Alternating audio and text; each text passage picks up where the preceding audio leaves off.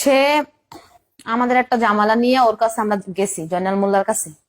যাওয়ার পরে আমার মার মোবাইল নাই, তো আমার আমার নাম্বারটা ও নিছে, নিয়ে বলতেছে যে মামলার বিষয় এটা, যে শান্তা, মানে তখন আমারে বাগ্নি হিসেবে দেখতো, যে শান্তার নাম্বারটা দেন, আপনি যেহেতু মোবাইল নাই, স্মার্টফোন নাই আপনার কাছে, তো আপনি শান্তার নাম্বারটা দেন, ওই নাম্বারে আমি মামলার বিষয়ে আপনার সাথে কথা বলবো, আমি আপনার কাগজ টাগজ পাঠাবো এইসব ব্যাপারে। তখন আস্তে আস্তে আমার লোক ফেসবুকে অ্যাড হইছে, আমার বড় ভাই বর্দা, ও আমার না করছে যে ওর সাথে কি লেগে অ্যাড হইছো তুমি, আমার অনেকেই আরো বলছে। তা আমি বলছি যে জামালাটার বিষয়ে ওর লোকে অ্যাড হইছি, অন্য কিছুই না। তখন আমি বিশ্বাস করছি না ও যে এত খারাপ, আমার ভাইয়ে তখনই আমার সাবধান করছে। তখন আস্তে ধীরে ও আমার মেসেজ লেখে, এটা এটা অনেক কিছু লেখে, ছবি দেয়, এটা আমি তখনও গুরুত্ব ভাবে নিছি না। আমি আমার মারে কই যে মা, এগুলা কি, এবার তো আমার ছবি দেয়, এটা এটা অনেক মেসেজ করে, সুন্দর সুন্দর মেসেজ লিখে। তখন ও মা বলতেছে আমার একদিন যে হ্যাঁ কিন্তু বা খারাপ লোক, হ্যাঁ থেকে তুমি আস্তে আস্তে সরে দাও, মেসেজও করো না, তো এত ফোনও দিও না, হ্যাঁ খারাপ মানুষ। যে আমি বলতেছি যে মা, আমি যদি হ্যারে আমি বলি যে আপনার সাথে আমি আর কথা বলবো না, এগুলো দিয়ে দেন না বললেই হ্যাঁ আমার গালিগালাজ করে, ও মানে নোংরা কথা বলে বাড়িতে এসে হাজির হয়ে যাবে। তুমি তো দেখো একটা না একটা বাহানা দিয়ে আমরা বাড়িতে এসে পড়ে, তুমি তো জানো না। তো মা বলতেছে ঠিক আছে, এখন ধৈর্য ধর, এখন কিছু বলিস না, তে খারাপ লোক, আমি তো তোর আগেই বলছিলাম। এরপর এগুলা বলতে বলতে হঠাৎ একদিন বিদেশ চলে গেছে হজ করতে, হজ নাকি করব।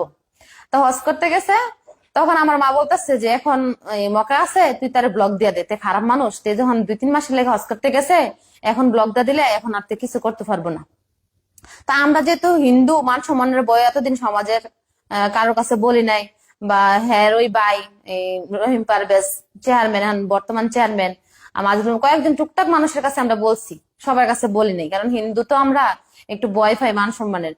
তারপরে যখন আমার মা বলছে যে হ্যাঁ ব্লক দিয়ে দে, আমি ব্লক দিয়ে দিচ্ছি।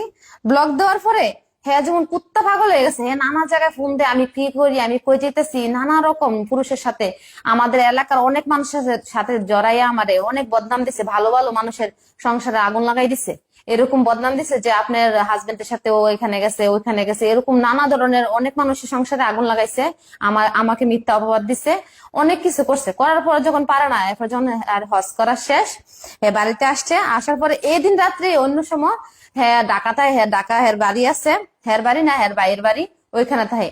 কিন্তু ও না থাকে, ও সাথে সাথে ওই দিনই রাত্রে 1টা বাজে আমাদের বাড়িতে এসে হাজির, দরজা নক করতেছে, টুকা দিতেছে।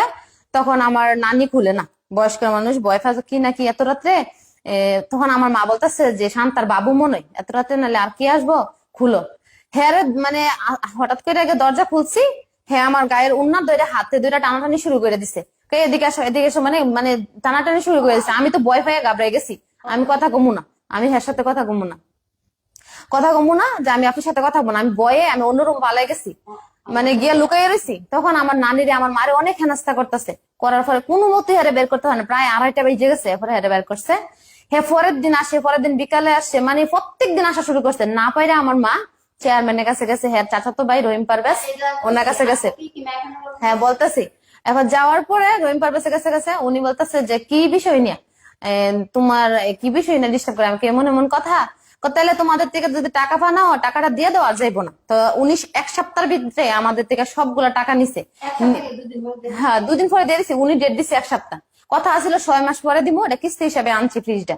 এখন নিচে দিয়ে দিয়েছে, তারপর হ্যাঁ আশা বন্ধ না, হ্যাঁ রাত দিন আমার এইভাবে ডিস্টার্ব করতেছে, অনেক রকম অপবাদ দেওয়ার চেষ্টা করতেছে, হ্যাঁ বন্ধ না। হ্যাঁ এমন একটা খারাপ মানুষ, হ্যাঁ বাজে নেশা করে, ইয়াবাখুর গাঁজাখুর, মানে কোনো ইয়ে নাই যে বাকি নাই, গ্রামের সব এলাকার মানুষ হ্যাঁ ভয়ে কিছু বলতে পারে না। এমন অনেক মেয়ের হ্যাঁ নষ্ট করছে। আমাদের এই হিন্দু সমাজে একটা মেয়ে আছে ঝুমু, এই হ্যাঁ বাবার নাম বাদল, এই মেয়েটার এইভাবে উত্তক্ত করছে, আরো আছে অনেকগুলা মেয়ে, হ্যাঁ এইভাবে ডিস্টার্ব করে গ্রাম ছাড়া করছে, অনেকে গেছে ইন্ডিয়া, এভাবে এভাবে। হ্যাঁ বয়স কমে 60, হ্যাঁ বিয়ে করে না, হ্যাঁ মেয়েদেরকে নষ্ট করার দান্দা হ্যাঁ এইসব করে, হ্যাঁ এত খারাপ মানুষ, দুশ্চরিত্র, মানে বলার মতো না। তারপরে হ্যাঁ ভালো ভালো মানুষের সাথে জড়াই আমার বদনাম করছে, হ্যাঁ আর বিচার আল্লাহ করে না। তো আমার একটাই অনুরোধ, আমি এতদিন অনেক সহ্য করছি, সহ্যের সীমা ও পরশুদিন শুক্রবার রাত্রে সহ্যের সীমা বের করে লেছে। গ্রামের হ্যাঁ 20-25 জন হইব, এর সাথে আসিল অনেক মানুষ আসিল, আমি সবাইকে চিনি। ও নিয়ে আমাদের বাড়ির আশেপাশে গেটের সামনে সামনে হামলা দিছে, আমরা কিছুই জানি না, আমরা ঘুমা, আমাদের ঘরে নাকি পুরুষ লোক আছে। এই বদনাম দেওয়ার পরে আমরা সমাজে মানে মুখ দেখানোর মতো নয়। এখন যদি এত কিছুর পরে যদি আমরা মুখ না খুলি, তাহলে আমাদের বলবো যে না, মানুষে বলবো কি গ্রামবাসী যে আমরা সত্যি এগুলা করি। লাস্ট পর্যন্ত না পারে এখন আমরা আইনের আশ্রয় আসছি, আর আমরা বিচার চাই। এটার বিচার কি হ্যাঁ কঠিন বিচার হইতে হবে। এরপরে যদি কোনো কিছু ক্ষতিও আমার আমার ফুলারে কইছে কিডন্যাপ করে নিবো, আমার বাইরের কাছে ফোন দে আমারে কিডন্যাপ করবো, আমার পার্লার ভাঙবো, আমার বাড়ি ভাঙবো, সবকিছু করব। যদি এরপরে কোনো কিছু হয়, এর লেগে দাঁড়িয়ে থাকবো জয়নাল মোল্লা, বিএনপির নেতা জয়নাল মোল্লা, আর কেউ না। এর পিছে আরো অনেক মানুষ আছে, হেরই নাম কইলাম কারণ হেরা সরাসরি আসে নাই, হে আসছে তার লেগে হের নাম বলছি। যদি কোনো প্রকারে ক্ষতি হয় তার লাগে দায়ী থাকবো জয়নাল মোল্লা। আমার এতটুকুই অনুরোধ সবার কাছে, আমি যেন বিচার পাই।